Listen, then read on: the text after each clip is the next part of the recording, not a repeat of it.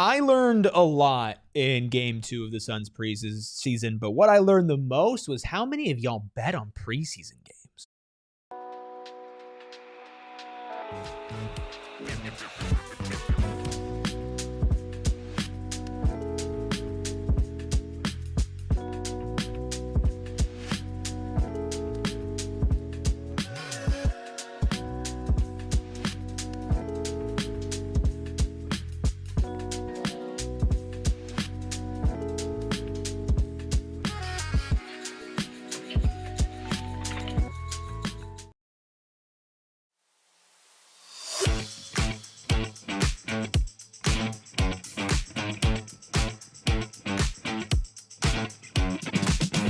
Psychos and sickos unite for a Jared Butler, please pass the ball edition of PHNX Suns, of course, presented by Bet365. Download the Bet365 app, use code PHNX365, deposit 10, place a bet for 5, and get $200 in bonus bets. Good morning to all of you. I'm wearing a onesie. My name is Erik. He's wearing a robe. His name is Steven. And the freckled Mamba, a.k.a. Slackerton behind the Mac, making all the magic to happen, a.k.a. Fruitman, a.k.a. freckled Mamba, is wearing Suns pajamas. What? No, I can't even, no. Slackerton? We don't like it? No, that's not the one that I'm knowing about. Fisherton. That's not the one I'm knowing about. What? Either. Fruit Man. Juice Man. He brought fruit today. We're not calling him Fruit Man. All right. I'm sorry. That's sorry. strike 2. I'm sorry. Strike 2, you getting jumped. Big shout out to everybody who joined us for our live watch along for the Suns preseason game 2 starting at 5 a.m. That's right. We had sickos in there 5 a.m. Got to over 250 people once we got to overtime. So big shout out to all of the love that everybody gave on the watch along. Your Phoenix Suns are 2-0. A lot of good, some bad, and some in between that we're going to break down in this game. But first, hit that like button. Hit that subscribe button. Make sure you're a member today by hitting that join button and get access to all the special emojis that everybody with a green name gets in chat, and become a diehard today as well. Steven. Good way to start your morning. I mean, yeah. If you got to wake up early, you want to wake up early seeing the team you're covering or you're a fan of win. And it definitely didn't look good at halftime. No. It wasn't looking too good. They had some okay stretches in that first half. Then they recourse, got it together, and ultimately did what they did. What do you think the biggest difference was? Halftime hits. Suns are down. They're down by 12 points at halftime. What changed when they came out in the second half?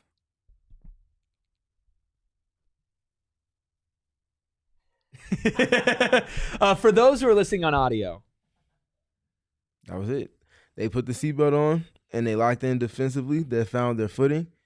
They got active within it. They got solid, then they got active, and then they spent a lot more time playing in transition. Felt much better about themselves, and after that, they pretty much just stole the rest of the game. Played the game on their terms, and that was the difference. And he said the intensity level changed For sure. at halftime. And that's kind of the thing that I want to start with here. We'll talk about Dillon Brooks. We'll talk about Booker. We'll talk about Oso, Nick Richards, Khaman, Rasheer. We're going to get into everybody. We'll talk about every player that played. The biggest takeaway for me so far in this preseason is I feel like the coaching and the buy-in from said players about that coaching. Because going into halftime, you're playing an overseas preseason game in China. You're down double-digit points. The Brooklyn Nets scored 39 points in the first quarter. They couldn't miss. They were shooting like 70% from the field in the first half. Yep. You go into halftime, and you come out of halftime, and you're playing hard. You're picking up guys. I saw more full-court pressing in this preseason game than I did in pretty much every regular season for the game for the Suns last year. For sure, yeah. And, I just love the fact that this team has this buy-in. They just don't want to lose, man. And I think that's coaching. And I think that's players. And one of the things that we talked about on the watch-along, Steven, was first game against the Lakers, everything went right from the start. It was the exact opposite in this game. And they still were able to come back. And granted, it took overtime. They're able to win this game. And now they're 2-0 in the preseason. And a lot of Suns fans are feeling good about what's been going down. Yeah, and that's what I said. I think it was in the third quarter and maybe even at halftime. Like, this is not ideal to be down into these depths against the Brooklyn Nets, but at the same time, it's a great opportunity.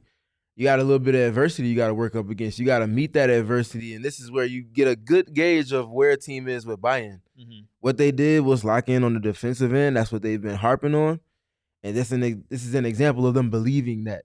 And I think that's why they get the result they did tonight. And, the first half. Excuse me. Yeah, we're going to say tonight a lot. This morning, excuse me. One of the things in the first half that I also want to just make sure that we acknowledge is, Brooklyn shot really well. They hit some nuts shots. Crazy, crazy shots. Michael Porter Jr., fadeaway, corner three. Cam Thomas had 14 points before the Suns had 5. They really came out hitting really tough shots. I don't think it was that necessarily the Suns were playing lazy defense, but I do think that intensity level went up. Plus, I think the Nets came a little bit back to earth, especially that starting lineup in that second half. Let's start with the starters, though, Steven. Where would you go first when breaking down Devin Booker, Grayson Allen, Dillon Brooks, Ryan Dunn, Oso Ighodaro, the same starting 5 that we saw in Game 1 of the preseason against the Lakers? I mean, it started with Dillon Brooks. He set a certain type of tone, and everybody else picked up the baton off of that.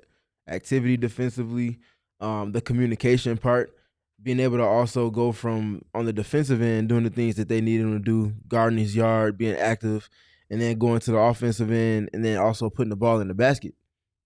That's not easy to do. You have to find kind of little pockets in the game to kind of give a little bit of a spark. And it was clear he was up to the task of doing that on both ends of the floor in today's game. And again, he's a culture-setting type of piece because of the intensity and the ways in which he shows up every single day, and this is an example of that for sure. Yeah, you got to love Dillon Brooks. He's already a fan favorite here. Why don't we just rip the Band-Aid off? Why don't we just go ahead and present our big, bright, shining star presented by Gila River Resorts and Casinos? You do you at Gila River Resorts Casinos. Visit playedgila.com for more details. It is Dillon Brooks, of course. It is Dillon Brooks. 18 points, 3 assists, 2 steals, a block, and a rebound. Now, we could talk good about Dillon Brooks forever, and I think we will. I do want to ask you, though. 7 of 18 from the field, 2 of 10 from 3. Does that worry you at all? The shots, the pure number of it. Only 3 players shot 10 shots tonight.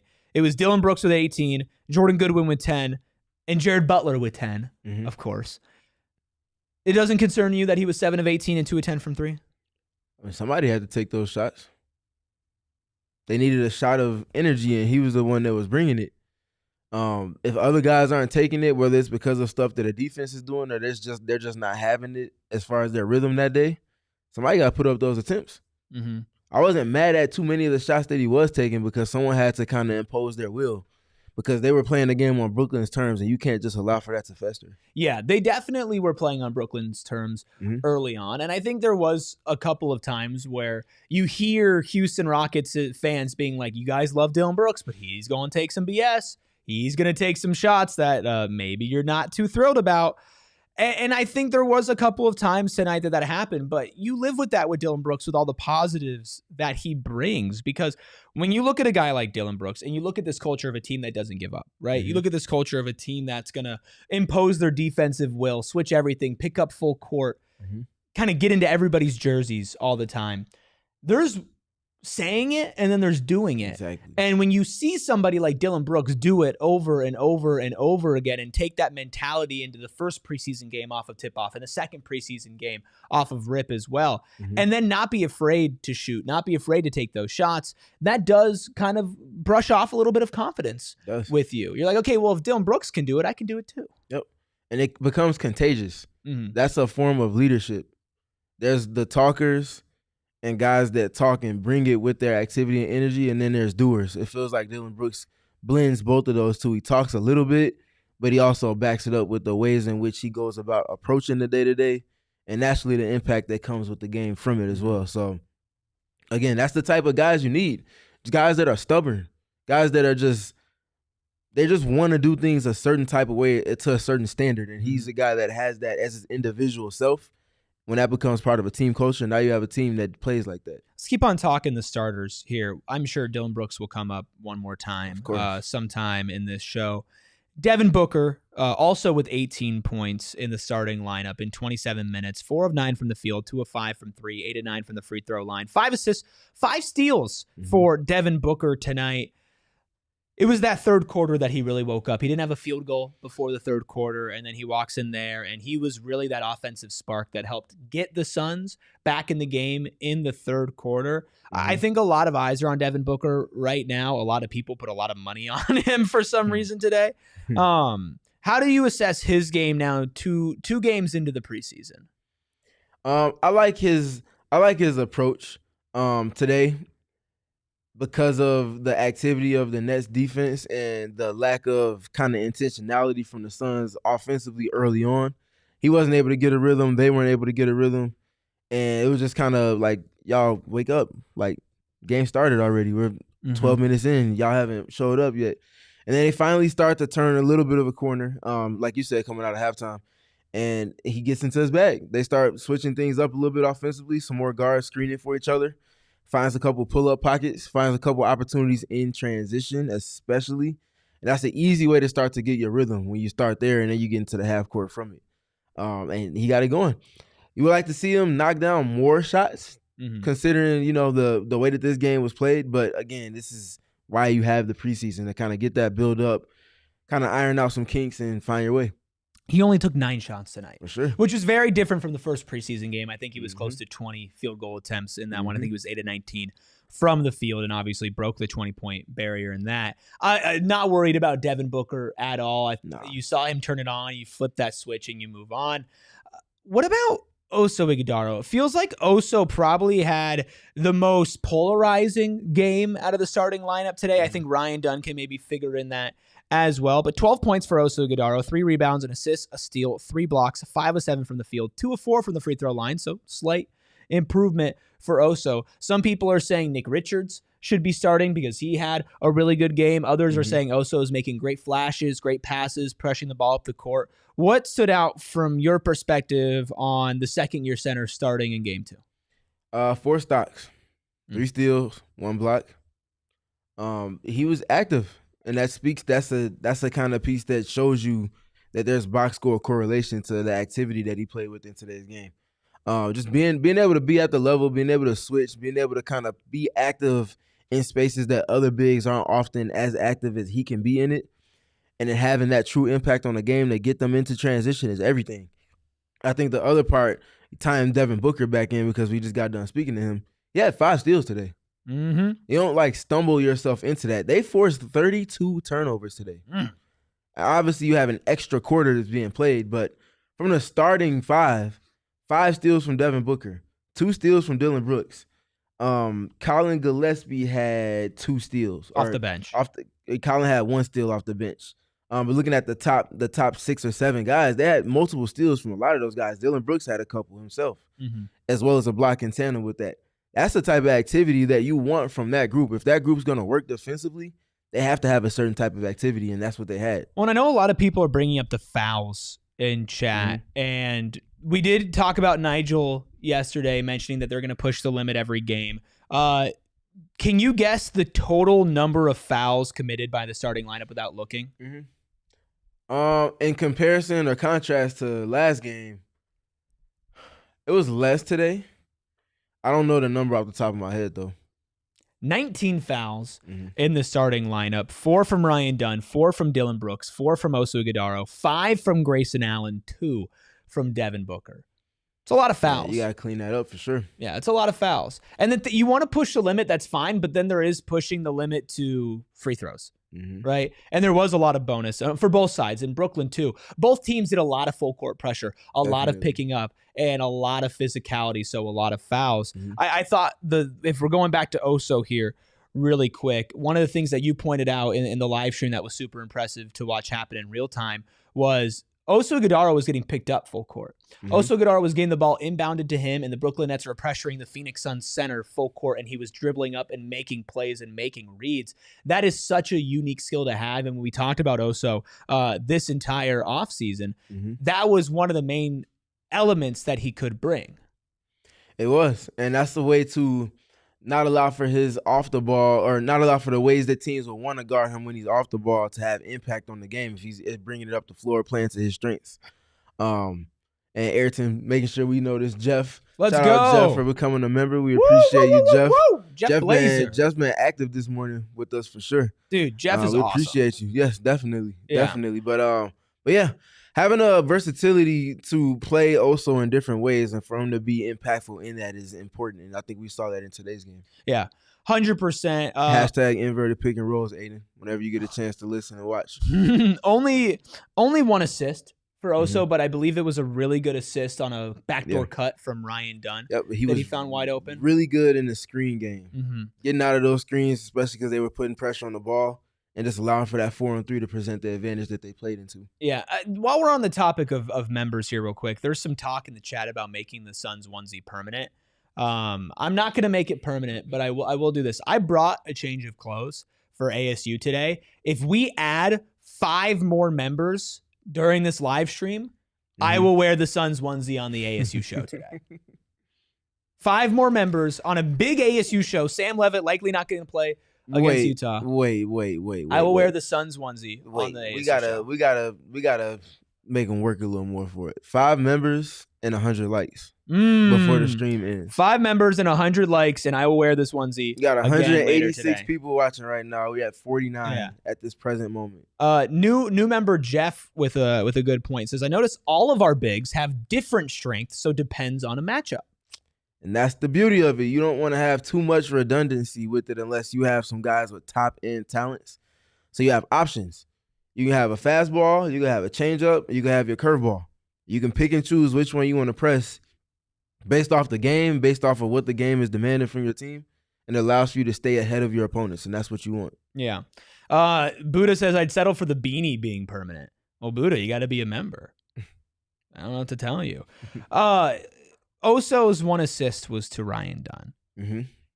And I think we should talk about Ryan Dunn a little bit more in depth, because if we're talking about maybe the more underwhelming showings in preseason, I think he could slide in that category. There's been a lot of positives when you watch the game, but there's also been some negatives. So we're going to talk about Ryan Dunn. We'll give out our PHNX factor. We'll talk about the lineup that sparked the comeback, forced OT, and ended up winning the game. And yeah, I'll probably scream about Jared Butler. We're going to do it all after our first break. Probably. Definitely. And I definitely love Branded Bills. If you're looking for some gear to make your brand stand apart from the crowd, Branded Bills has you covered with the best custom headwear. They do partner with the Phoenix Suns. You can find some wonderful Phoenix Suns Branded Bills hats at Mortgage Matchup Center, a.k.a. The Morgue. I almost called it another one. Hey, welcome, Buddha.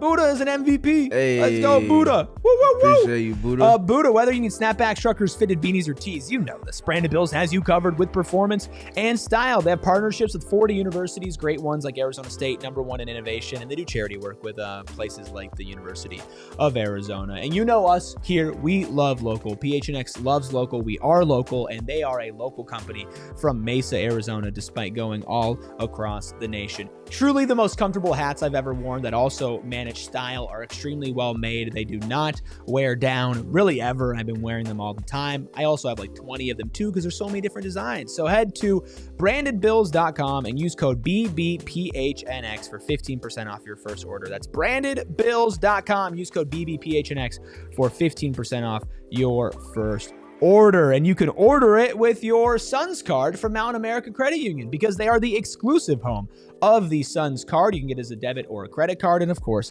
Mountain America Credit Union is the official credit union of the Phoenix Suns. If you get the Suns debit card, you could pair it with the My Style checking account to unlock all of these benefits we've been talking about. Offers on travel and events, loan rate discounts, identity protection, telehealth access, mobile phone protection, and restaurant deals.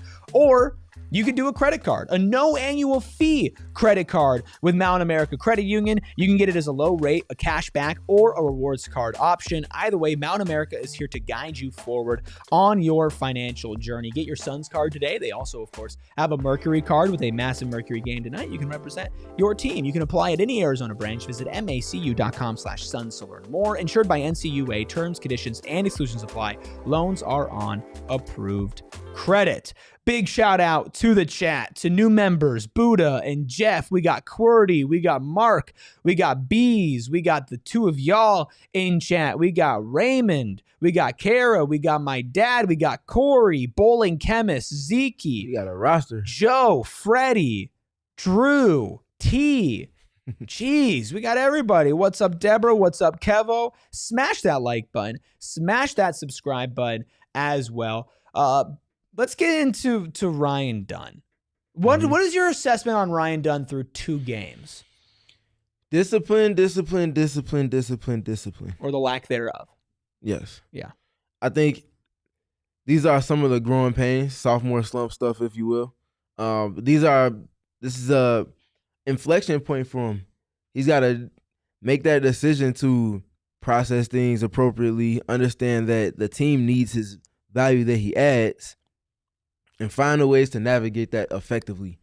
You can say you want to see more from him on offense, but I think the calling card for him is his defense. Once he finds ways to sustain and be active on that end of the floor without fouling, that's the kind of piece that's going to separate him from someone that can contribute versus someone that does and does so consistently. Yeah, I mean, we saw some really great defensive flashes from him, really quick hands, great sliding of the feet, switching out on matchups, forcing turnovers. No steals for him, but I do think that a lot of the pressure that he caused did lead to some of the steals the other guys in the starting lineup had. Did have a block on the night. No 3-pointers attempted, 6 field goals attempted, shooting 50% from the field. Listen, as much as we want Ryan Dunn to grow offensively, we want him to hit threes and everything like that. His calling card will always be his defense.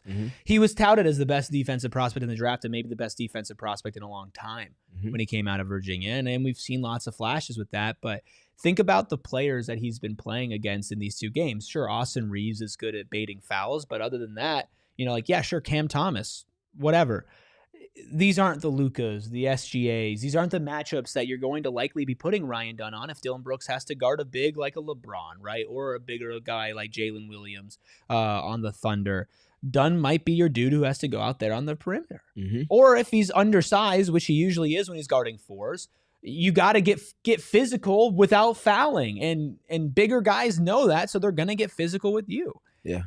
It's a really tough conundrum to look at him and see the potential, especially on the defensive side of the ball, but see that glaring issue. And it's like, yeah, discipline. But like, is it also a reputation thing? Like, should he continue to be physical until they just start calling the fouls less? Kind of like this Suns team is doing just overall as a team. I mean, it's a balancing act with it. You have to find those pockets to be aggressive. Are you being physical in space? Or are you being physical to take away an angle? Like those little moments where you're deciding, okay, I'm going to chest up here, or I'm going to stay attached to the hip here, or I'm going to sit on his offhand here. Like you got to be a little more, you got to have a little better discernment in those pockets. It's a balancing act. It's a process. He's going to learn it. He's going to get there. I think that's where the beauty of having someone like Damari Carroll, who's gone through these rigors as that type of defender for multiple teams that have won at high levels, to be able to recount on his experience and obviously extend that to Ryan Dunn matters. Dillon Brooks haven't been in that same situation multiple times. That matters. Royce O'Neal the same. But the best availability the best ability is your availability. You said about injuries, but you also said even more so about foul trouble. You got to be available for your team. And I think he's going to get there. I'm not fretting or panicking about it. But it's clear that this is definitely something that's a learning point for him right now. Yeah, I wouldn't say I'm panicking about it at all. I can imagine Suns fans panicking. No, and I understand that because, and I as well kind of fall into this category. There was a lot of hype for Ryan Dunn in the offseason. A Ryan Dunn second year offensive leap, Ryan Dunn being the certified starter. And I think a lot of that is very warranted. And again, it's preseason for a new team, a new coach, and a new role for Ryan Dunn, respectfully. I believe in him. Also, when you commit these fouls and how you commit them are very important. If you pick up 3 fouls, but it's like ticky-tack fouls, like the refs, it's like, okay, maybe in some games it's going to go back and forth. Right? If it's like, okay, you just went out there and fouled. Like one of the games I remember last year is when he was guarding Luka And he just went out there and just fouled Luka like 3 times in a row and kind of got baited into it. Was it a game? That was the game he started, I believe. I think so too. Yep. Ryan Dunn can also record 5 personal fouls before fouling out of a game, right? I don't want him to be 1-2 personal fouls, but it's finding your spots, it's finding your moments. And I think that the fouls would be less of a problem if we saw a little bit more from him offensively, because I think people would be able to ignore it as much. But when you're not showing those flashes offensively that you were, fans were hoping that you would, that defense is going to be under even a bigger microscope. Yeah, and that's the thing. They need him to figure it out because, again, there's no one else that can play the role that he plays for this team in the ways in which he does. And that puts a different type of precedence on what it is that he does bring to the table. You need that. The Suns want to be a top 15 defense. They're not going to get there if Ryan Dunn doesn't start taking steps toward what his true potential is this season. And I think he's very much set up for success in that, but a lot of that is going to have to come with just growing as one of those players that's spending a lot of time on primary ball handlers. That's not an easy task for guarding those guys, but also just staying out of foul trouble. It's very much a technique and skill. Yeah, Ryan Dunn's not in an easy position. Not even a little bit. And defense somebody is in the not chat, set up to be successful in this NBA. No. Drew D. Bentley says Dunn was benched for 1/3 of the season. He hasn't even played a full year yet. Correct. Yeah, Also he's still learning. Yep. Maria with a $9.99 super chat. Thank you, Maria. Says, sneaking in here while at work. Happy to see they pulled out a win. Can't wait to watch highlights in this postgame later. Shout out to you all for the early morning coverage. We appreciate you for the super chat and always pulling up for us the way you do, Maria. Thank you. That's huge. Thank you so much, Maria. Excited to cover some games at a normal time. Huh? What'd you say? Have a good day at work. Yeah. Hope all of you have a great day at work. Hopefully, not hopefully, I'm excited to cover games at a normal time so that all of the people who are like, okay, I got to sneak in here and do this can watch. But this was a fun little exercise. For sure. Would have been a lot worse if that first quarter was extrapolated over 4 quarters. Could you imagine if just Cam Thomas dropped 50 on you in the preseason and you were just sitting there at like 7 a.m.? It was trending that direction. It was. For sure. It was absolutely definitely trending that direction. It was absolutely trending in that direction. To kind of round out our conversation on the starters here, then we'll take a look at the numbers. Then we'll get into the bench and the lineup that eventually did power this game to a victory. Even Jordan Goodwin hours. One starter we haven't talked about yet, Grayson Allen, played the most minutes out of the entire starting lineup at 29 minutes tonight, 4 of 8 from the field, 1 of 4 from deep for 11 points. He recorded 5 personal fouls. That is tied for the team high with Jared Butler. Dude, Jared Butler's so bad. He had 5 steals. No, that's Grayson Allen. He had 2 assists and 3 rebounds. I was like, wow, he had 5 steals too. No, he didn't. Takeaway from Grayson Allen, who was my player to watch in this game. I think it was we saw a little bit of the slippage defensively as we did from pretty much everybody in that first quarter and that first half. He started to get it going a little bit once they were able to find pockets to get into transition, fast break opportunities. I think they had 25 fast break points today. That's what you want from them. You want to see them be able to get him in the open floor, which then allows for his impact and his movement in the half court to have the impact that it does. Him just changing directions and moving and opening up pockets of the floor for the team. Him being able to set screens for Devin Booker and flip matchups and things like that, I think is very important. I think one of the plays that stood out to me was when he's off a double team from Devin Booker. I think Royce O'Neal is on the court, and Dillon Brooks sets a screen on the opposite side from where Devin Booker is getting the pick from, and he gets a double team. They play off of that advantage. You want to see that. That's the type of connectivity, the play outside the play, that's important for them, and Grayson is a player that consistently is taking advantage of that. Yeah, I like how aggressive he was today, too, Absolutely. Getting down to the paint. He tried to catch a body. Didn't work, but he did get the finish. I think he gets that if he doesn't lose the ball in the gather. On the way up. Yeah, for sure. Yeah, I like how Grayson looks in this preseason. I am excited to see how he slots in off the bench because I feel like that energy he's going to bring is going to be even more infectious. Because you're going to be, let's just look at it from a defensive perspective if you're matching up against a fully healthy Suns team, right? We already know they're going to play fast. We already know that they're going to play strong and physical. Book and Green in the backcourt is a very dynamic pairing. They're going to put pressure on you. You're going to have to pick up full court, and they're going to run. Jalen Green is probably, if we know how this team has been playing, Jalen Green in that system with his athleticism and his speed is going to be extremely dynamic as far as backdoor cuts, movement around the three-point line, attacking the rim, and just keeping a defense on their toes, right? Jalen Green checks out of the game. theoretically right now it's Grayson Allen that checks in. Okay, Grayson Allen's been sitting there ready to go, is completely fresh, and he's just going to start running. And he's going to do all the same things that Jalen Green did, but with a completely different threat because he could shoot 45% from deep. Yep. Right? That is such an interesting 1 and 2 pairing for defensives to try to scheme and match up against, that I'm really fascinated to see how those two types of yin and yang play styles can work off of each other, and especially if they play together, how that could work too. For sure. For sure. I think Grayson is integral to what the Suns are trying to get to this season. And I think you made good points yesterday in talking about wanting, or earlier this week and yesterday, and talking to wanting to see him get to a certain level defensively. Because when he can exist to that extent on the defensive end of the floor, and that be married with his impact on offense, and that's in a lineup that's not your starting unit, that's a lot of value that he's adding. That's a lineup that you can kind of start to chip away at margins with over the course of a game. And I understand that it's kind of like this weird balance with Grayson Allen of, okay, if he plays really well, do you keep him, especially if the team is doing better than expected? Or if he does really well, do you capitalize on his trade value? Because that's like, he is the perfect piece for a team that maybe needs a little bit of shooting, but is trying to win a championship. Houston Rockets. There are teams that could use a guy like Grayson Allen who are trying to compete. Yeah. Right. And if he has the season that it kind of looks like he's going to have, then I really, really do believe. I really do believe in it. I kind of want him to spend the whole season here, though. Like at this point, unless somebody's coming knocking with like really, really good assets and a first round pick or whatever, I would like him to be around on this team. I agree. Shout out Johnny Ramirez. He said he usually listens in podcasts for him, but pulled up to check us out in the robe and onesie. That's huge. We appreciate you, Johnny. I mean, again, if we add more members, this will become a more permanent thing. So this is not even the most ridiculous thing I'm going to wear on a post-game show this year. We do a show on Halloween, and I'm going to wear what I wore last year. It's a great costume. What did you come dressed up as? Well, why would I tell people that now?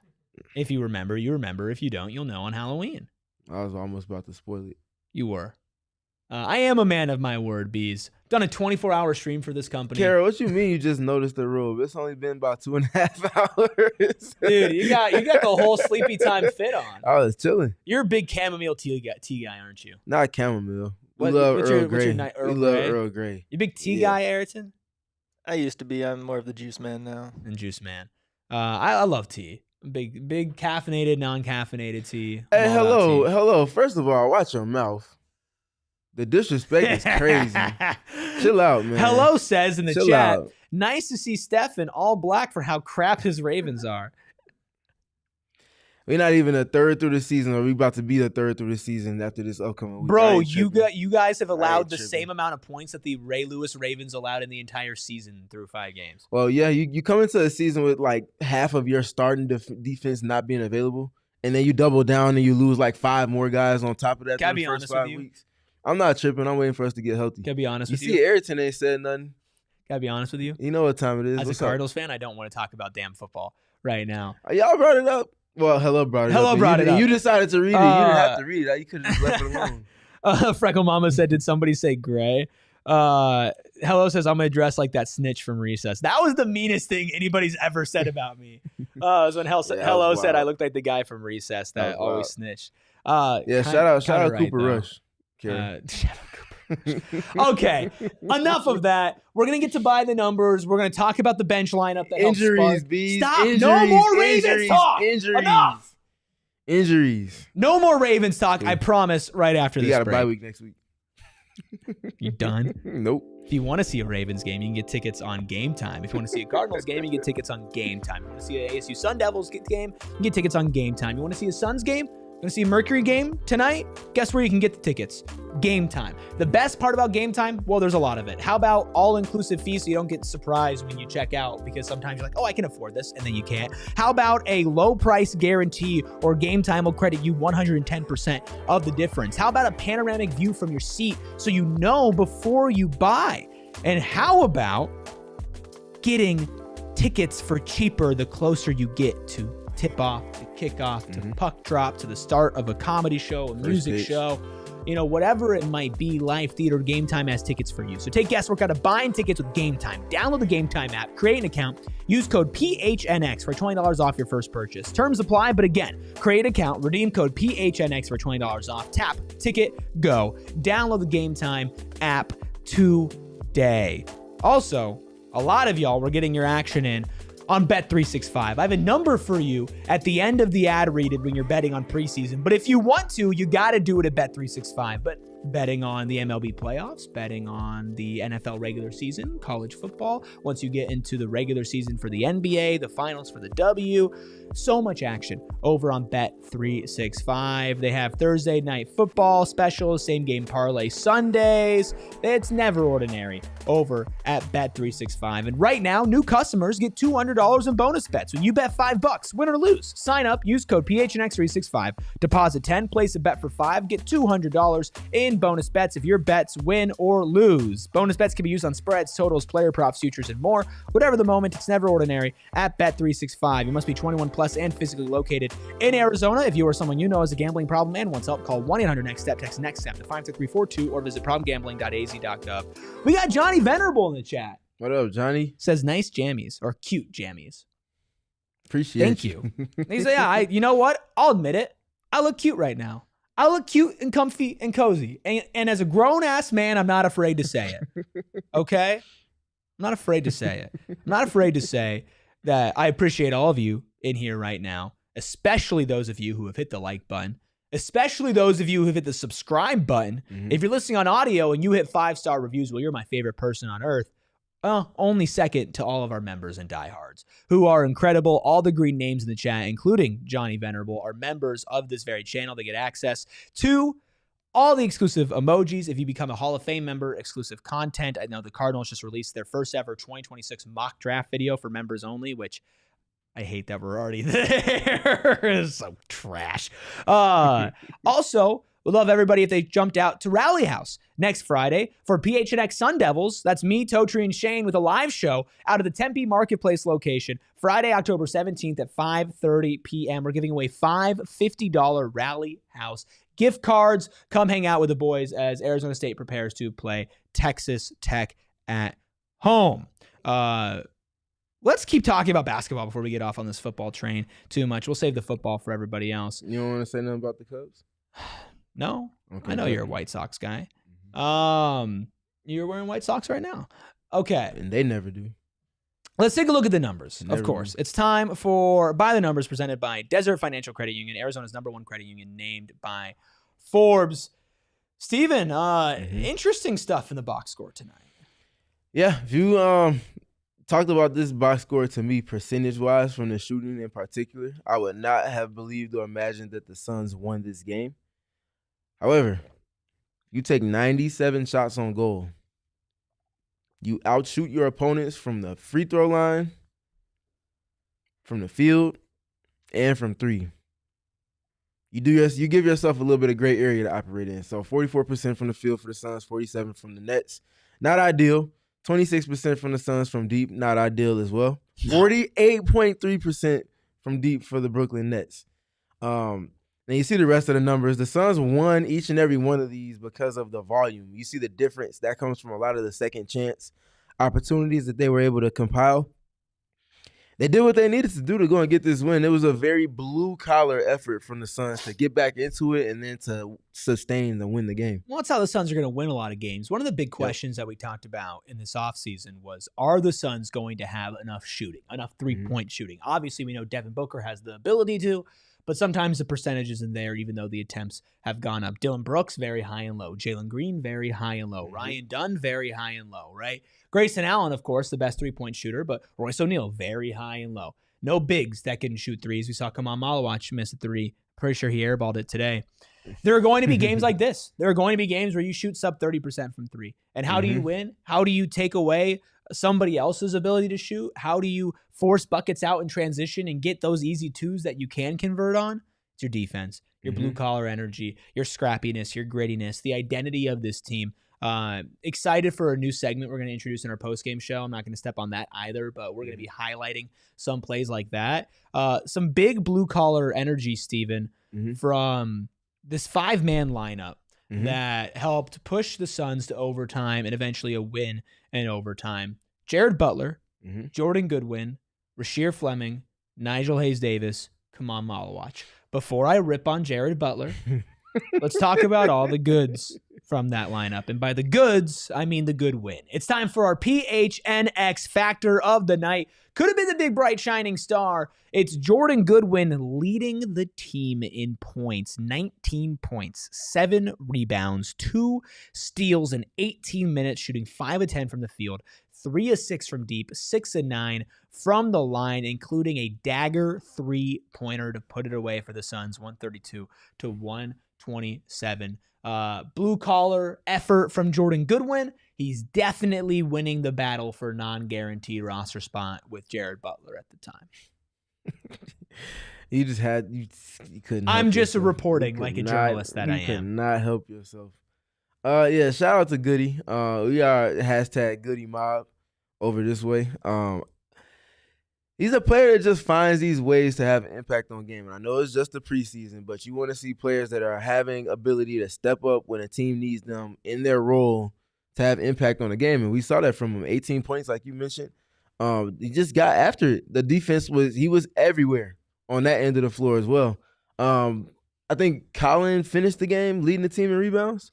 Collin had 9 rebounds and tonight. Goody wasn't too far behind him. Goody had 7. Those are the 2 leading rebounders for the Suns. Are your 2 backup point guards. That's exactly why I'm bringing that up, because that a lot of those came on like one possession for the Suns. I mean, but no, it was a majority of those coming from the bigs. So I think Goody might have got one of those, but the other ones he was getting was coming from the defensive. Threes. You're right.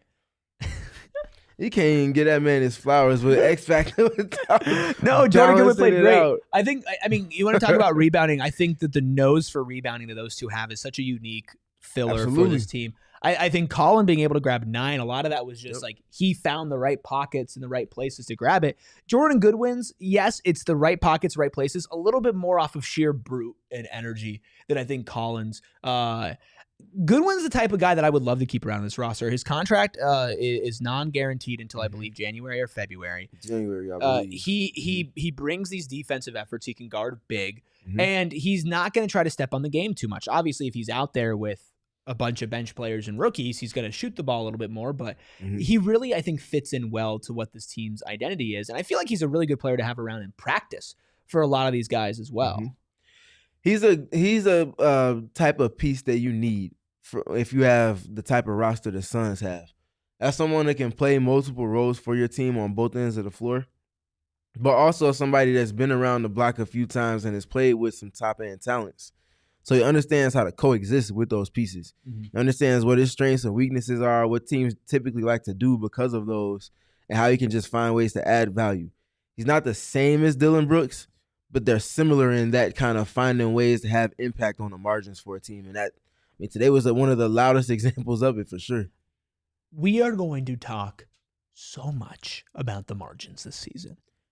Yeah, get ready for it. But we did last season in the complete opposite way. I think it's so funny. This team is literally the antithesis of last year. To the core.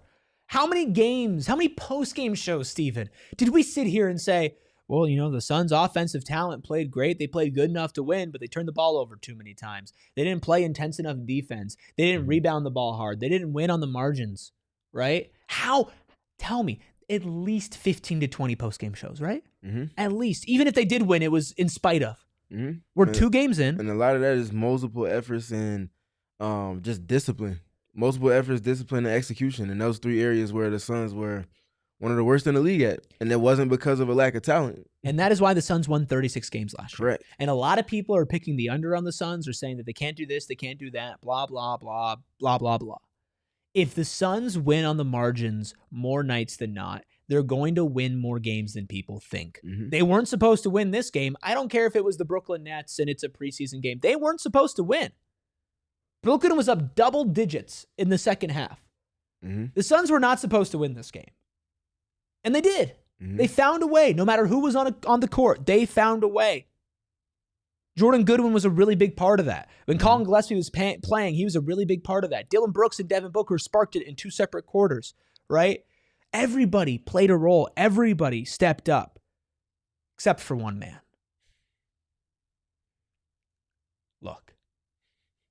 Give him a one shot. Look. I know that I am a grown man sitting here in a beanie and a onesie at 9 o'clock in the morning. But I need you to take me seriously right now. With all due respect, if Jared Butler does not get his bleep together, I'm going to lose my mind. Dude, you are not a superstar. I actually think that you're a good NBA player. I think you have a role on a roster in this league. But oh my God, can you stop shooting the ball every single time that you touch it? You led the team off the bench in shot attempts at 10. You hit 2 of them. 2. You have 5 turnovers. 5 turnovers. Enough is enough. No more. Don't let me watch this anymore. You're a good player, dude. You're a good NBA player. You obviously showed that last season. I understand that you are trying to earn a roster spot. I get it, and I feel you, and I understand that pressure. But I said it on our watch-along, and I'll say it again here. If you, Jared Butler, are going to earn a roster spot, it is not going to be by being the damn hero. It's not going to be by taking 10 shots off the bench. And it's not like, oh my God, he's wide open, he just missed it. No, bro's calling his own number, dribbling between his legs, has he pulled, whatever the... I'm going to say things I'm not allowed to say. And it's preseason. I'm talking about a non-guaranteed contract. But dude, enough is enough. You're a talented passer. Pass better. You're an okay scorer. You're good at getting to the line, right? That's fine. You had a nice layup to tie the game. That's great. You got to be done. You have to stop, dude. You got to read the room. You're actually not doing yourself any favors. I'm doing this for you, Jared Butler. I'm saying this for you. I'm reaching out for you. Enough. You're hurting your own chances of being in the league and on this team. And if you play the right way, the points will come to you, and that's what happened with Jordan Goodwin. What about the 3 other people that were in that lineup, Steven? Mm-hmm. I won't ask you to break down his game. Actually, no, before we get there, because I want to talk about Khaman, I want to talk about Rasher, I want to talk about Nigel. Mm-hmm. There's a guy off the bench that we absolutely need to talk about, and it's actually a disservice that we are almost an hour in and we haven't. Mm-hmm. It's Nick Richards. Mm-hmm. Nick Richards has played extraordinarily well, and I feel like he has gotten quicker along with a couple other guys in this team this offseason. More fleet of foot. He's definitely been more active for sure. I've really enjoyed him defensively. When he's on the court, it's a different style of defense than the defense they're playing when Oso Ighodaro is on the floor. With Nick, they're kind of funneling players towards him a little bit more, especially from the outer thirds of the floor, and they're trying to keep teams from getting towards the middle. And his communication in that is sharp. The guards or wing players that he's defending with in tandem in those 2-player actions, they're doing a great job schematically with that. And I think that's something they can truly build around. A couple times they forced some shot clock violations, some late clock shot attempts. He's all over the floor, deflections, getting up to the level at times, and then playing one-on-one defense late in the clock. He's just active. Very, very, very active from Nick Richards. And I think that's also naturally playing onto the offensive end for him as well, kind of playing things out of the dunker spot and things like that. So he's in a very, very good space. Now it's just about sustaining. We saw him have these flashes at multiple points. His first 2-3 games were very loud, extremely loud. And then it was kind of a subtle fall off with every game that passed after that. Want to see him sustain. And I think he can, because we talk about the op bump and the Budenholzer, liability, right? We talk about with Ryan and with Oso and with all the stars. Nick Richards might actually sneakily be like the number one culprit or victim of that, because he walked in against Detroit. He had 20 and 20. He clearly has the talent to be, effective. Yeah. And it was a week later that he had like a double-double and Bud benched him for the second half, and he's sitting there on the bench with his hood up, right? He's not this incredible center who's going to go make things happen on his own, right? I know we joke about the mid-range jumper and whatever, but put him in a good defensive system, he could play good defense. Put him in a good offensive system, he can clean up the trash, get some putbacks, have some dunks, catch a lob or two. And I do think, just from the eye test, I think he's gotten slightly more athletic, and I think the team's emphasis on conditioning and being in shape and pressing and playing hard has made an impact on him, has made an effort on Royce O'Neal. I've seen be a little bit quicker, a little bit faster, maybe a little slimmer. We saw the same thing from Grayson Allen as well. I think that's going to affect Nick Richards a lot, because for backup centers, if you can get 1%, 2%, 3% better and get used better along with that, he's going to look like a really serviceable backup center. And with the health of Mark Williams in question, with Khaman Maluach clearly not ready to get minutes in the NBA at this moment, despite some flashes that we saw today that we'll talk about, and Oso Ighodaro maybe not being able to be on the court at the end of games because of his lack of free throw shooting, Nick Richards might sneakily be an extremely important piece this year. And if he can thrive in that role, Steven, that's a pretty big deal. He could. And I think that's a bit of why they haven't pressed the button on moving him, because they see some value that he might be able to add, but they also see ways in which they might need him just because of some of the variables in play. Mark Williams of it all, the Maluach of it all. He's the in-between of all of it. Obviously, also, if you're playing him at the 5-some, he's different from all of those guys. So Nick being this good, this early, and this sustained through the first 2 games, I think suggests it bodes well for him. And I think him having better defensive personnel around him this season, especially from points of attack, allows for him to be more impactful and effective in the areas that he's better at defensively. And because of that, I think he's in a good place right now. You can copy and paste that for every defender. Ryan Dunn's life on defense is easier because he has better defenders around him. Grayson Allen and Devin Booker's life on defense will be better because they have better defenders around them. Royce O'Neal will be better because he has better defenders around him. Oso, Nick Richards, Mark Will. It's going to be better for everybody except for the 2 guys that were on the Rockets last year. They're going to have to kind of adjust the other way. I promise we're going to talk about the rookies. I really want to talk about Rasheer, and Khaman had some flashes tonight as well. Do we feel like we've given Collin Gillespie enough love for his performance tonight before we do that? Because I don't know. I like the midi that he got to. Talked about me wanting to see him take that shot more as a little bit of a balancing act to everything else that he does on the offensive end, and saw him comfortably navigate to one, create a little separation, and get into it. I like the steadying hand presence that he's started to establish with this team. Last season, it came in, it came with the roster that was in flux. Yeah. This season, it feels like it's coming at a time where they're expecting that from him, and I think him meeting that demand, while also doing a lot of the other little things that they need from him, is very important early on. And also, I think underrated of when he hit his buckets, specifically his 2 threes that he made on the night. Those were big when the Suns were trying to push that comeback in the second half. Collin feels like the type of player, and just from watching him in the moment, that, whoa, sorry, I just saw Hello's comment, is the type of player that I think can sense a moment.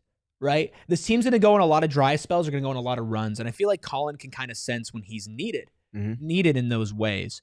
That is a special type of player, right? And a player that can sense that moment and then step up. I don't know if he could do it as big of moments like he did against the Clippers, right? But tonight, I think was a good example. He had 11 points tonight, but was a plus 15 because he had 9 rebounds and 2 assists. And he had a couple threes. He wasn't shooting 4 of 6 from deep. He wasn't hitting 6 of 12 from deep, right? 2 of 4.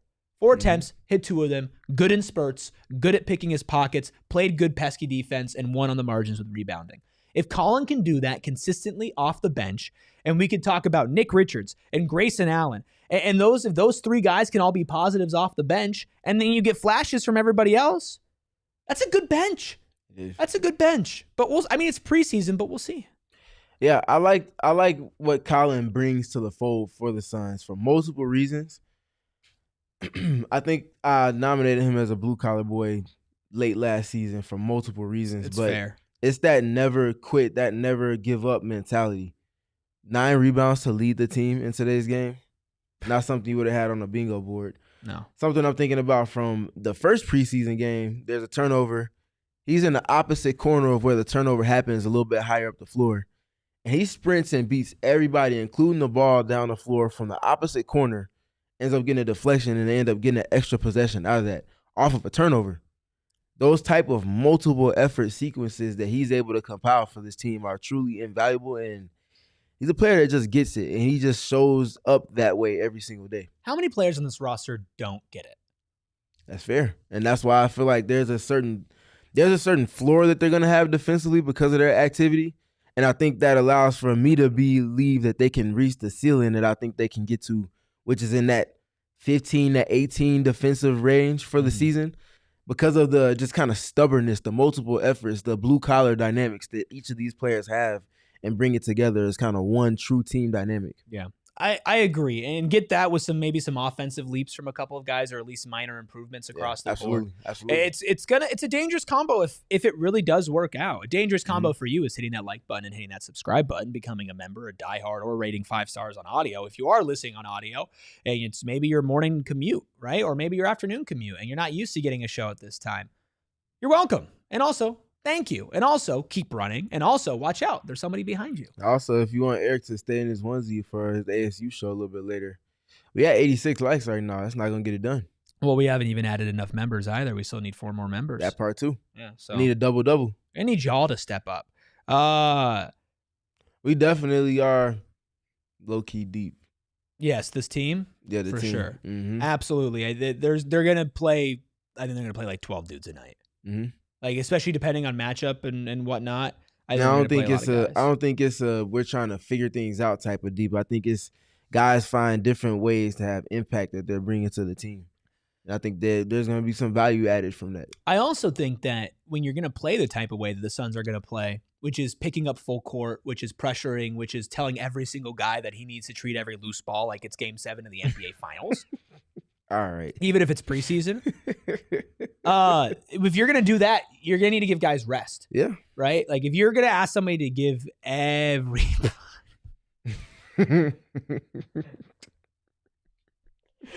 Oh, hello's in midseason form, folks. Hello's in midseason form. God, that really, really threw me off. That really threw me off, man. I promise we're going to talk about the rookies. I do feel like we need to sneak a little Nigel Hayes-Davis talk in there. Mm-hmm. I think it's been a relatively disappointing preseason from him so far. But have you changed your opinion at all about what you're going to expect from him? Because I know you're really high on him this season. No, not really. Just because team hasn't been playing fully whole, so his role isn't exactly what it's going to be. The lineups that he's been in haven't been what I imagine the lineups he'll be used in the regular season would look like. So, no. I hear people that are wanting to see more from him, but at the same time, this is a new player to a new team with a bunch of newness around. Mm-hmm. It's going to take some time to kind of integrate himself into everything. I do want to push back just slightly, and not saying that I'm out on Nigel Hayes-Davis at all, because I'm not. Mm-hmm. But usually when you have a guy who is playing in lineups that maybe he's not usually playing in, you don't see him hit his peak, but I feel like you see flashes. Other than literally the first shot that I feel like Nigel saw it in a hustle play in that first game, I feel like we haven't seen a lot of flashes from Nigel in the same way that we saw a couple flashes from Nigel or from Khaman, and I don't think that these lineups are going to be who they're playing with, or at least what would be most effective getting out of them as well. You talking about offensively? I'm talking about offensively. I think defensively he's been fine, and I am curious your thoughts about maybe why we haven't seen some flashes from him beyond the fact that he's been playing with a tough lineup. But we are going to get into that in overtime. If you're watching on television, the party always continues over at GoPHNX.com. Hit that like button, hit that subscribe button yet again, folks. Why beyond the lineup context do you feel like maybe there's been some struggle for Nigel Hayes-Davis? 1 of 5 from the field tonight, 0 of 2 from deep, 2 points, 3 fouls, 3 rebounds. Oh, I would just like to say, why are you so ridiculous? As they calling this team deep says all you need to know about these two. Why are you so ridiculous as a hater? It's fine. Mm-hmm. It's fine. It's fine. I don't care. Erik Rodriguez says, I'm still tempering my expectations till I see how this team plays at least 2 months in the season, but I'm hopeful. I agree. None of us are sitting here saying, oh, Seth, I did. None of us are sitting here saying this team is going to win 55 plus games. I think just overachieving based off expectations due to the overall hustle and effort of this team is going to be good. Nobody's saying this team's a contender in the West. Anyway, Nigel Hayes Davis. Well said. Yeah, I'm not worried about his preseason showing. I'm not really going to worry too much about most guys' preseason showings. I think the one, because of the context of it, for me, is the Ryan Dunn part. Not worried, but just I got an eyebrow raised to it. I got the little eyeglass over one eye, watching it closely. Well, you might not need him to step up big time if Rasheer Fleming plays like he played tonight. Yes, he had 6 points, 2 of 5 from the field, 1 of 3 from deep, but it was the defense that flashed like crazy. In just 15 minutes, he had 4 stocks, 2 steals, 2 blocks. A piece also grabbed 2 rebounds, some timely rebounds, including 1 offensive rebound as well. This was the first time that it felt like Rasheer Fleming, and the reason why the Suns traded up to draft him at 31 after he fell in the first round. It really feels like the first time that was fully displayed, Summer League including. I'm salivating at the idea of what this kid can do defensively, and if he can flash and hit a couple threes from here and there, it's going to be hard to keep him out of the rotation even early in the season. Yeah, that's what you want to see from Rasheer. 100%. Took a 3 and knocked it down off the skip pass. I think it came from Jared Butler. He did a good job defensively of just being active and being engaged, and he was clearly locked in. I think from practice I talked about him taking a lot of threes, but them also speaking to the defensive impact that he's shown to have had when they've went to 5-on-5. A couple of players spoke to that on their accounts. And he's someone that's going to have to do that part of it. I think the three-point shot is going to be what decides how much he's able to play in his rookie season. But I think defensively, I'm not worried about him. He's going to have things to kind of fix and adjust on the NBA stage. But his multiple efforts, because of his athleticism and his ability to make up for mistakes that either he makes or his teammates make, is different. That chase down block he had, the second block, he covered about 92 feet. He was about 15 feet behind the ball on a fast break, and he was able to catch up to it LeBron James style and then pin it off the glass. That's not something that most guys can do. This is a 95 to 98 percentile athlete that you have. If he's able to harness that and streamline specific skills, again, the Suns have somebody that they're investing in long-term that might see return on investment sooner than that. Dude, his wingspan, his physical abilities are already top tier in the NBA. Mm-hmm. His instincts, I think, have been great. The blocks have been awesome and like kind of out of nowhere as well. I've liked his nose for rebounding the ball too. Mm-hmm. I think if you're going to play the 4 for this team, you're going to have to fight there. I'm going to keep my expectations for this season relatively low for Rasheer Fleming, just because when he pops, and when he doesn't, he just looks like a guy that belongs out there, but he's not really playing like it. But today was the first day that it's like, okay, I'm noticing. And I'm super high on him. I wanted the Suns to take him when they had the pick in the first round, at the 29th pick, right? And I never thought he would be there. I thought he was going to get drafted at the latest in the early 20s. So I'm super thrilled. I think he's going to do really, really well. Corey says, I think he'll perform better with Jalen Green and Mark on the court because those corner threes will be open more.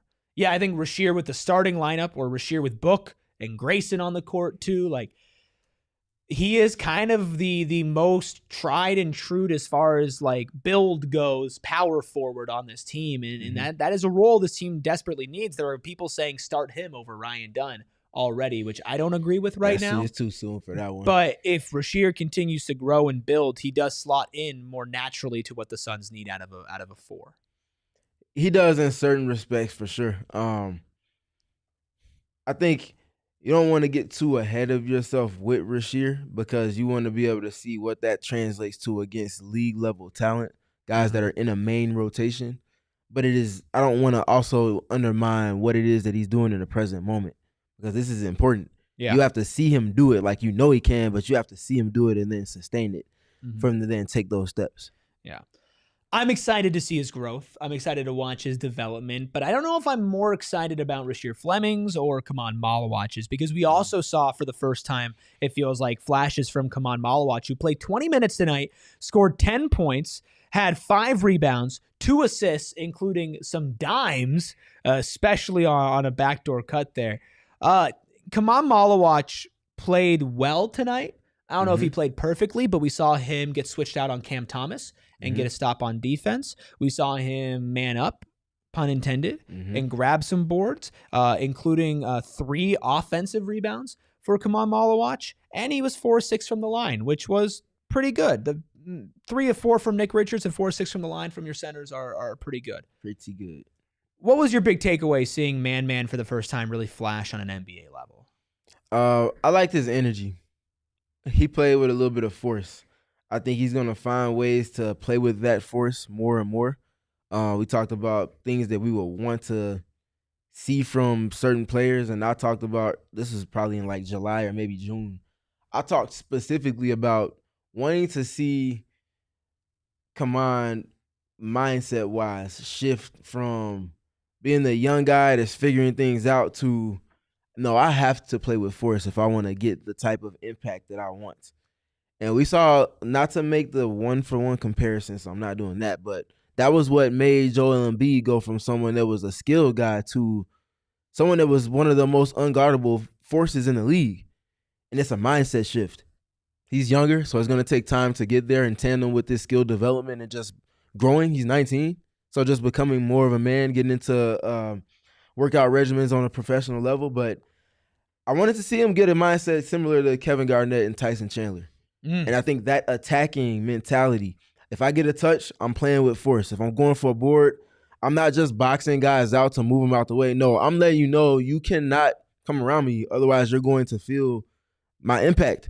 Whether it's an elbow, whether it's a box out, you're feeling the impact all over the game. And I think that when he gets to that point is where you're really going to start to see him kind of carve out minutes in a role with this team going forward. Yeah. Corey kind of asked a question based off that. If y'all could pick any NBA Hall of Famers to train with Man, who would it be? I wasn't even looking, but you got your answer there. Yeah, Kevin Garnett. I just watched Tyson Chandler talking with Mavericks players, but that mindset, a defensive player of the year, a guy that's played that same role, Kevin Garnett, naturally, he speaks for himself. Corey would says love Hakeem. to see it. Jeff also says Hakeem. I think Hakeem would be fun, but I want to see the mindset and approach of a Tyson Chandler, Kevin Garnett, and him wear those qualities and make that something of his own. And then get the skill from And then get Hakeem. the skill, yes. Yeah, why not all of them? Freckle Mama says Giannis. Why not? That's what Wemby's doing. Yeah, it's true. Why not? Wemby's like, I trained with a Shaolin like monk. Infinity Stone. He's like, I trained with a Shaolin monk, Ra's al Ghul, Kevin Garnett, and Matt Bonner this summer. One of these things are not like the other. Yeah. We did see him play with force tonight, which I liked. We saw him for drive. Sure. We saw him play good defense, grab 3 offensive boards, and of course, an and one back scratching dunk. That was the first time I feel like we saw the athleticism pop on the offensive end, maybe minus the lob from my favorite player, Jared Butler, in game 1. I like the pass on the short roll. Can't remember who it was that got double teamed. He slipped out of the pick, settled into the perfect pocket on the court in the middle. I think it was Was that Nigel? Can't remember who it was, but he passed it. I think it was Nigel that he passed it. I don't know, because Nigel only had 1 bucket, and I feel like he created that on his own in the paint. But yeah, either way, Maluach making that pass, making that read. There was a subtle pump fake before the pass that he actually made that moved that extra defender around the basket, gave him the opportunity to hit him in the next window. Did so, made an accurate pass, a timely pass, and they were able to score from that. Very good. It might have been Rasheer Fleming that he passed that too, but yeah, it might have been Sheer. I like the. I think it was Sheer. Yeah. I like the force that he did come with today. Now it's about finding that in more pockets than just those little bit that we saw today. So what didn't we see today? Obviously, Kobe Brea, I think, is at the top of everybody's mind. Obviously, we didn't see Jalen Green. We didn't see Mark Williams. I'll be honest with you. If Jalen Green doesn't play on Sunday, he's not playing on Tuesday. Is it as simple as just wanting to see the guys who didn't play, or is there something about their process on either side of the court today that you're like, man, I wish I would have seen a little bit more of that in preseason game 2? You talking about from the guys that didn't play, or just whatever? Just like, is it just, hey, we would like to see Kobe Brea? Hey, we would like to see Jalen Green and Mark Williams? Or is there something about what we saw tonight from the guys on the court that's like, this was kind of missing? No, I want to see them get out to a better start, like they did against the Lakers. Yes, because you're not gonna have that ability to make up against most teams. You don't want to have Herculean efforts be given to just have a chance at winning the game. You want to be able to be at a certain point where if you have to be trailing behind, you're only trailing behind by a little and you're within 6-point swing of taking a lead. You don't want to be trailing too far behind to where it becomes a true mountain that you have to climb. So I want to see them get out to better starts. Yeah. We've kind of seen the tale of two different games. Game one, hot start. Lakers just weren't about it. Suns kept their foot on their throat. A comfortable win. Put them away the entire game. Didn't let the Lakers back in, right? Even when the bench was in. And we saw this game. Brooklyn comes out to a hot start. Cam Thomas, Michael Porter Jr., everybody's hitting crazy, crazy shots for them. Phoenix slowly chips away, goes on a run, falls behind again, chips away, pulls it out in clutch and overtime. I like those two different wins. I like seeing two different things from the guys. I'd like to see less Jared Butler. That is what I would like to see. And listen, like, he's just messing up the flow, man. He's just messing up the flow. I think that lineup that went on that run and replaced Kobe Brea with Jared Butler with Kobe Brea, that'd be nice. Jordan Goodwin, Kobe Brea, Nigel Hayes-Davis, Rasheer Fleming, Khaman Maluach. That three-point shooting, and I expect to see Kobe at least in one of these preseason games. Sure. H, I appreciate what you said earlier, a little bit earlier in the chat, talking about fast break points. You get those because of your defense. Yeah. Good hustle, good defense. Sure. That's what it leads to. Sure. And that's why the Suns went on the run tonight. How many fast break points? 25. Do they have? 25-14 for the Suns. So they did a good job of getting theirs, and they did a good job of limiting Brooklyn. So that's what you want to see. The Brooklyn Nets turned the ball over 34 times without looking. 34 times. Laughing at Ayrton. 34 times. Said it again, my bad. 34 times. I saw the comments. Silly. How many points do you think they conceded off of turnovers tonight? The Suns scored 132. How many of the points were off of turnovers? Yeah, they got to 32. Points off turnovers. They got more than that. Points off turnovers? Yeah. How many did they have? 42. Oh, it's 42. Okay. The Suns turned the ball over 21 times, so 13 less turnovers, and only conceded 19 points off those 21 turnovers. That's a 23-point difference in points conceded off of turnovers in a game decided by 5. Maybe the most important margin. Because those points off turnovers means you're spending time in transition, playing in fast breaks. Saw a lob off of a turnover. You did. That was cool. Saw a couple Dillon Brooks dunks. Saw Ryan Dunn dunk as well. So that was cool. Noah wants to know if we're in China. Dunk. Yep. Yeah, Noah, of course. We're in China. We broke down the studio. We literally took the studio on the plane. Broke down the studio. We flew to China. We did our watch along. Then we watch broke down the along on the plane. No, the watch along was here. The watch along was in Phoenix. Then we got on a plane for the post game show. That's why it took so long in between. Broke down our set, got on a plane, flew to China, post game show, fly back to the States tonight. All good. Deborah says his show at 2. Yeah. Or his show at 1. I'm going to be calling in talking about Sam Levitt from Macau, China. Deborah wants to know, do you feel like Nash will be helpful for this 1,000%. How? I'm not disagreeing. That dude he's a savant for one. He also has coaching experience as a head coach and has assistant, not necessarily on the bench assistant coaching, but as a consultant with a team that was the most recent dynasty. So he knows what it looks like. He can point things out and see things maybe with a ×10 speed. That's not going to work long term. This is what you need to do to get to where you're trying to get to, because I've seen players do that and then get to winning at the highest level and sustaining there. Yeah. That's stuff that you just can't replace. And you have one of those guys in the room. Also, someone that can relate to someone like Devin Booker trying to continue to grow as a playmaker. Somebody like Collin Gillespie, that's a smaller guard, but operates in similar contexts of play that Steve Nash did. And then for Jordan not in it, someone that's been in that head coaching spot, has done so with a different type of pressure in his first opportunity that Jordan not doesn't have pressure-wise, but certainly wants success-wise going forward. There's a level of I've been here before, so I can explain things to you that you just can't put a value on. And that's one of the many ways he's going to be able to add value. I think him just being in the room for them at practice, talking with guys, having basketball conversations. Yeah, I watched y'all play last night. Devin Booker, they were double teaming you here. If you take one extra dribble and you make that extra defender on the backside commit to one of the two players that's spaced, and then you make that pass and you put them in rotation that way versus getting off of it too soon, that's going to allow for the other guys to be an advantage. Those little conversations like that, I think he's certainly going to help with. And I've seen him and Jordan not having a lot of conversations at practice through training camp. Yeah, and listen, maybe you're out on Steve Nash as a head coach, which I don't know if he got the fairest shake Definitely in Brooklyn. didn't. Not even a little bit. You know, it's what happens when you coach a certain someone. But I'm kidding. I just like to have fun. Leave me alone. You can tell me to cut the shit. But we saw him in a smaller role with an organization that won a championship, Golden State Warriors. And beyond just like the fact that he was really good at the game and can break down the game well, I think just like having a dude like that around the organization just kind of has its trickle effects. And we've seen other coaches show up to Suns practice and everything. So like, I think he helps. Is he a massive difference maker? I mean, I don't think he's like the difference between winning a championship and not winning a championship. But from an overall level, I think it's just good to have your franchise legends involved, and especially franchise legends that can impart a little bit of wisdom, can coach well. And if you've listened to the Mind the Game podcast with Mr. Sciatica and Steve Nash, then you know that he can really explain the game well and is probably talking with Jordan Ott and everything. I think there's the preparedness part for Jordan Ott, and having such a thorough kind of circle to lean into between Steve Nash and Steve Clifford.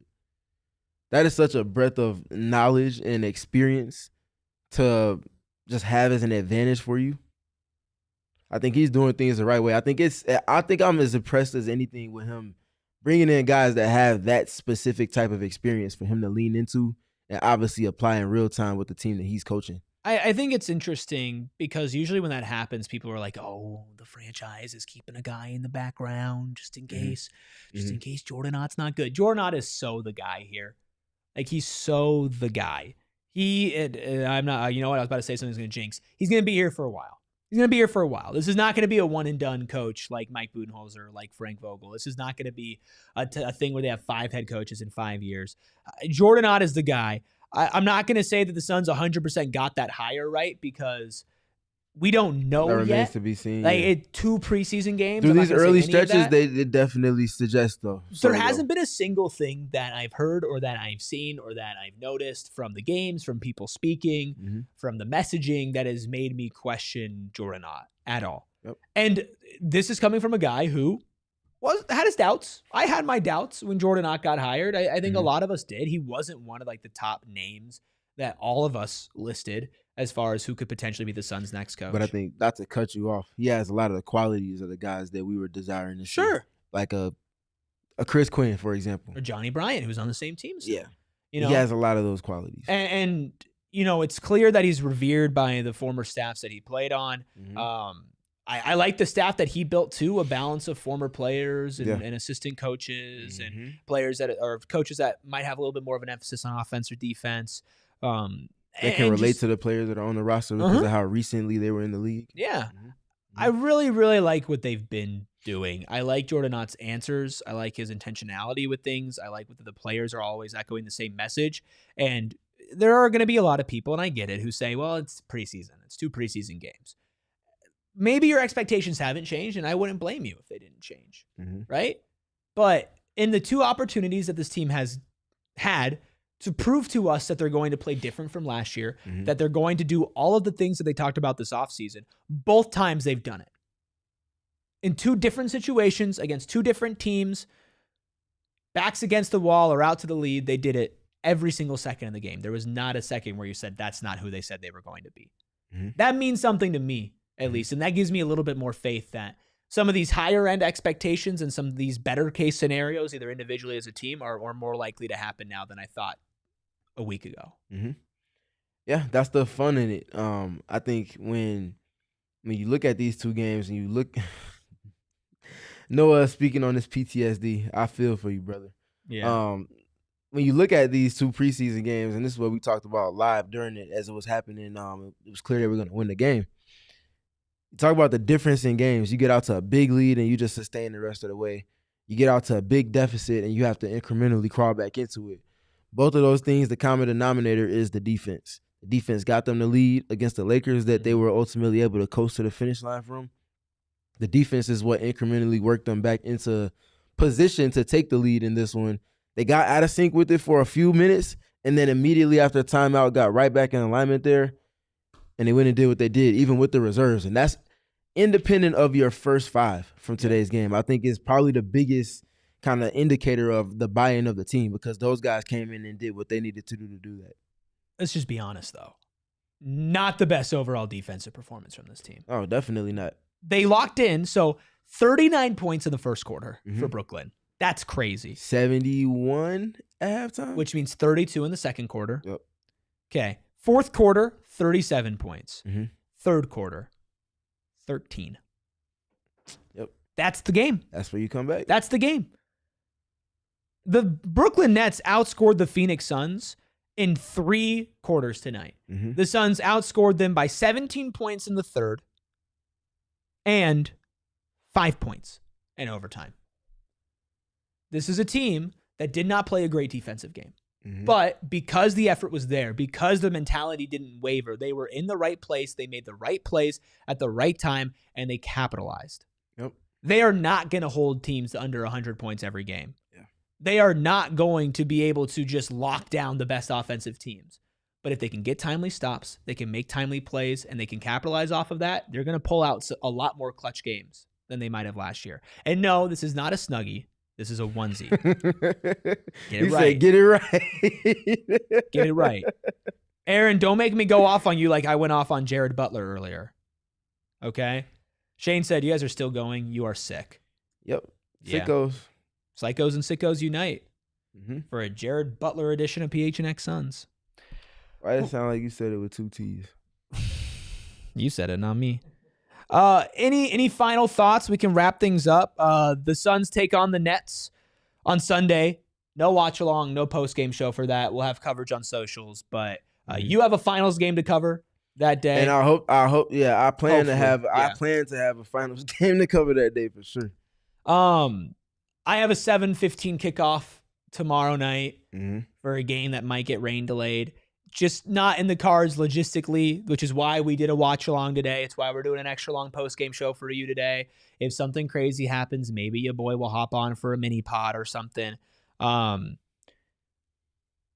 you talk about facing the Nets, let's assume that the players who played today all play again. So no Jalen Green, no Mark Williams, but the same starting 5 for both teams. How do the Suns get off to a better start besides just hoping that Cam Thomas and Michael Porter Jr. don't hit his crazy shots? Yeah, it's the defense, man. Go back to what they deem what is about their the identity. defense? I'm getting there. I'm getting there. I need to know. I need to know the key, Steven. Tell me the keys. I've ever been a man of giving a one-word answer on things. I am. That's me. I'm the one-word guy. It starts with the role that we continue to speak to with Ryan Dunn. Point of attack defense. You are the tone setter for your team on every single possession. Even if he's just up to press and they decide to inbound it to someone else, that means that they're not getting to their offense the way that they necessarily want to. You're dictating to your opponents. You're putting the rest of your teammates in position to be successful before the defensive possession really gets going once you get into the half court. I want to see him be more poised at that position because it's literally as important as an offensive player initiating the offense that you're trying to get into. If you get into it with the tempo and then getting people into the spots that you want them to be, you have a much better job of being successful than when that's not there. Similarly, if he's fouling, if he's uneasy, kind of steering the wheel of your defensive possessions, that's going to play into the rest of the defense that happens in succession after the point of attack happens. Yeah. So you want to see him set that better tone, but you also want to see everybody else come out and be a lot more sharp in the gaps and be a lot more sharp in rebounding as well. And I agree. Defense is where it starts, but let's also be honest here. You can't have your first field goal made at 9 minutes in. You don't have to if you get a transition layup or you get a fast break opportunity. That's what I'm getting at. Yeah. Well, and that's the thing is like, okay, so Oso makes 2 free throws, and the first time he scores at 9:55 left in the first. Okay. You don't hit your first actual field goal until you're down 14-2. And Dillon Brooks makes a post fadeaway jumper. And guess what? After that, you don't score again until Dillon Brooks makes another jumper 2 minutes later. Yeah. They had 6 points at the 7-minute mark. I get that you got to play the defense. You got to force a transition and all of that. And I get that Brooklyn hit shots at the beginning of the game. But you can't have 6 points 5 minutes into the game. No, definitely not. But I think that's where the defense helps because now if you're not playing full out in transition on fast breaks, you're at least getting into your offense with a different type of flow. The defense is not set in matchups or in their shell. And that's where players like Devin Booker can just really start to stamp their finger on things as far as the game goes. The Suns didn't hit double-digit points in this game until halfway through the first quarter. Yeah, that's not going to get it done. They won this game. Which is insane. So what do? They come out hot on Sunday. Obviously, we will have to wait and see what have they fixed, what have they tweaked, have maybe them starting lineup change. I don't know. A lot of things could change over the next couple of days. Yeah. If anything does, if we hear news on Jalen Green, if we get any word on any changes, we'll of course let you know at PHNX_Suns on Twitter, but that does not mean that is all for basketball for today. PHNX Mercury will have you covered with a post-game show for Game 4 of the WNBA Finals tonight. If you are going to the game, if you're not going to the game, watch it, and then watch the post-game show. Steven, Erica, Kevin have done such an incredible time. Hello says, long-ass outro. Well, it's about to get even longer if you interrupt me, hello. Watch, support the Mercury. If any team can come back from down 0-3. It is the Merc. Erica, excuse me. Shout out Erica. Yes. Melissa in the chat with the Mighty Mercury. What do we call them? The members. The members emojis? Emojis. I was gonna say emojis. I don't know if they're emojis. The members emojis. The membojis. The membojis. Yeah, we're gonna have some fun with that one today. So definitely want to make sure you tap in for that. I think we're gonna see a very feisty, very, very prideful Mercury team. Even down one of their biggest players, just come out with a certain type of force. Well, that's what they showed at the end of that game. They just ran into Asia Wilson at the very end. Yeah. Same type of time the Suns were on today. We need the Mercury to be on as well. Even if they fall down, come back and win. Of course, you can follow along at PHNX_Mercury for that. And you can follow Steven at StevenPG3. That's Steven with a PH because he balances us out.